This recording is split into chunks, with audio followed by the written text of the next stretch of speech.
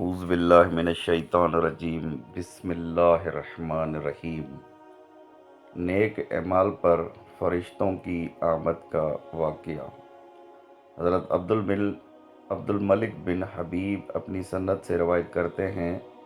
ان سے روایت ہے کہ انہوں نے حضرت معاذ سے کہا، اے معاذ، مجھے ایک حدیث بیان کرو جس کو آپ نے جناب رسول صلی اللہ علیہ وآلہ وسلم سے سنا ہو۔ انہوں نے کہا، مجھے جناب رسول اللہ صلی اللہ علیہ وآلہ وسلم نے فرمایا، اے معاذ، میں تمہیں ایک بات کہتا ہوں، اگر تم اس کو یاد رکھو گے اللہ تعالیٰ تمہیں فائدہ پہنچائے گا۔ اگر اس کو ضائع کرو گے اور یاد نہیں رکھو گے، اللہ تعالیٰ قیامت کے دن تمہاری بات قائم نہیں رہنے دیں گے۔ اے معاذ، اللہ تعالیٰ نے آسمان اور زمین پیدا کرنے سے پہلے 7 فرشتے پیدا کیے تھے۔ پھر ہر آسمان کے لیے ایک ایک فرشتے کو دربان بنایا۔ پس کرامن کاتبین صبح و شام بندے کے عمل کے ساتھ اوپر جاتے ہیں۔ اس عمل کا سورج کی طرح ایک نور ہوتا ہے، اس کو لے کر پہلے آسمان تک پہنچتا ہے اور اس کو پاکیزہ اور بڑا عمل سمجھتا ہے، تو وہاں کا ایک ذمہ دار فرشتہ کرامن کاتبین کو کہتا ہے، اس عمل کو عامل کے منہ پر مار دو۔ میں غیبت کا فرشتہ ہوں، میرے پروردگار نے مجھے حکم دیا ہے کہ لوگوں کی غیبت کرنے والے کے عمل اپنے سے آگے نہ جانے دو۔ اس کے بعد کرامن کاتبین بندے کے نیک عمل کے ساتھ آتے ہیں، اس کو پاکیزہ اور بڑا سمجھ رہے ہوتے ہیں۔ جب یہ دوسرے آسمان تک پہنچتے ہیں تو اس کا متعلقہ فرشتہ کہتا ہے، ٹھہرو، اس عمل کو اس کے کرنے والے پر مار دو، اس نے یہ عمل دنیا حاصل کرنے کے لیے کیا تھا۔ میرے پروردگار نے مجھے حکم فرمایا ہے کہ میں اس کا ایسا کوئی عمل نہ چھوڑوں جو مجھ سے گزر کر اگلے فرشتے تک پہنچے۔ یہ شخص لوگوں کے پاس ان کی مجلسوں میں فخر کیا کرتا تھا۔ فرمایا کہ کرامن کاتبین بندے کا صدقہ اور روزہ لے کر چڑھتے ہیں جس سے نور پھوٹ رہا ہوتا ہے، اور کرامن کاتبین اس کو بہت پسند کر رہے ہوتے ہیں۔ اس عمل کو لے کر تیسرے آسمان سے گزرنا چاہتے ہیں تو وہاں کا نگران فرشتہ کہتا ہے، ٹھہرو، یہ عمل اس کے کرنے والے پر مار دو۔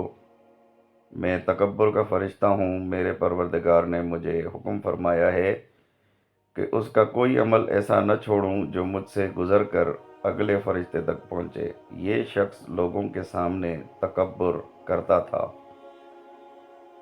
پھر فرمایا، کرامن کاتبین بندے کا چمکدار ستارے کی طرح چمکتا ہوا عمل لے کر اوپر کو چڑھتے ہیں، حتیٰ کہ چوتھے آسمان سے گزرتے ہیں تو وہاں کا نگران فرشتہ ان سے کہتا ہے، ٹھہرو، اس کا ظاہر و باطن کا سارا عمل اس کے عامل کے منہ پر مار دو۔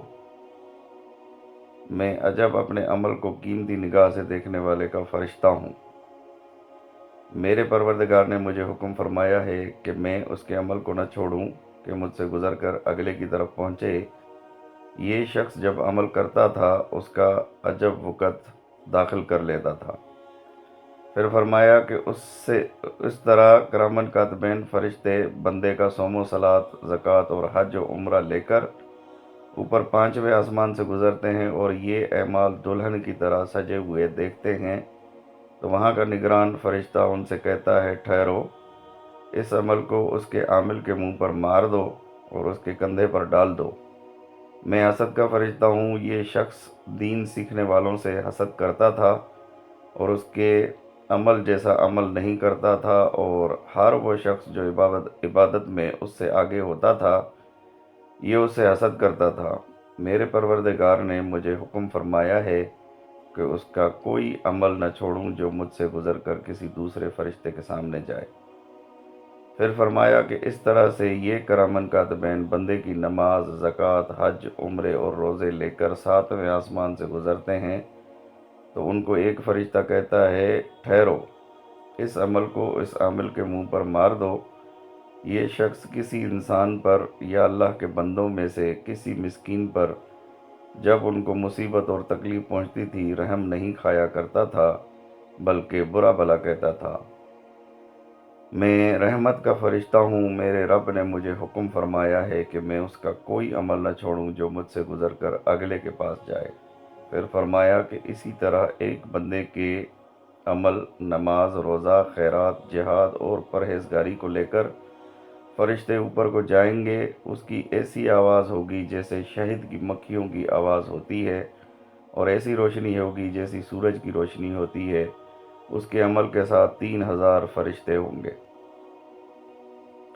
جب یہ 7ویں آسمان سے گزرتے ہیں تو وہاں کا نگران فرشتہ کہتا ہے ٹھہرو، اور اس عبادت کو اس عابد کے منہ پر مارو اور اس کے دل پر تالا ڈال دو۔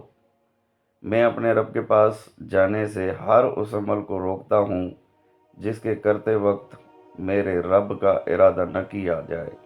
اس نے اس پر عمل کرتے وقت فقہا پر بلندی کا ارادہ کیا تھا اور علماء کے نزدیک اس کے ذکر ہونے کا ارادہ کیا تھا اور شہروں میں اپنے چرچے کا ارادہ کیا تھا۔ میرے پروردگار نے مجھے حکم دیا ہے کہ میں اس کے عمل کو نہ چھوڑوں جو مجھ سے گزر کر اگلے تک پہنچے۔ ہر وہ عمل جو خالص اللہ کی رضا کے لیے نہ ہو وہ ریا ہے، اور اللہ تعالیٰ ریاکار کا عمل قبول نہیں فرماتا۔ پھر فرمایا کہ اسی طرح سے ایک بندے کی نماز، زکوٰۃ، عمرہ، حسن خلق،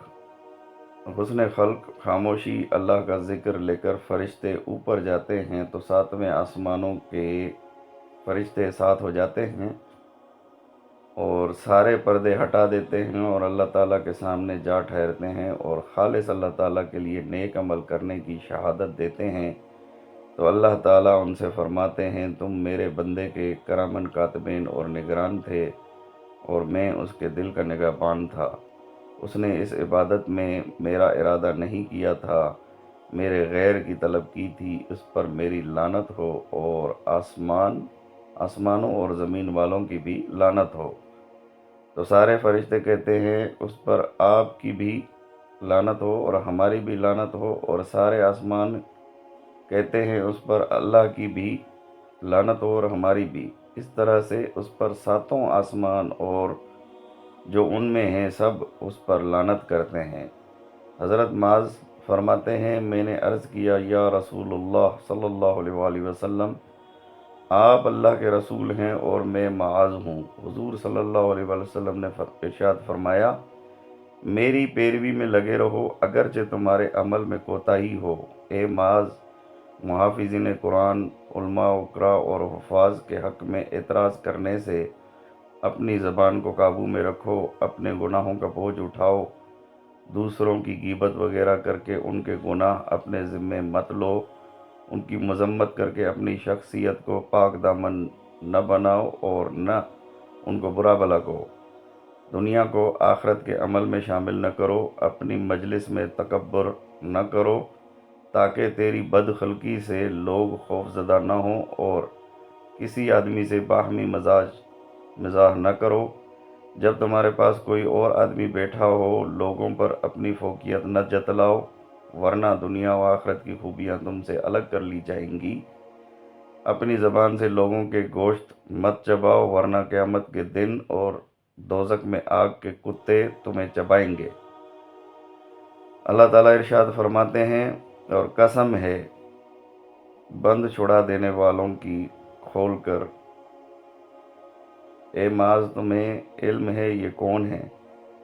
میں نے عرض کیا میرے ماں باپ آپ پر قربان ہوں۔ اے رسول اللہ صلی اللہ علیہ وآلہ وسلم یہ کون ہیں؟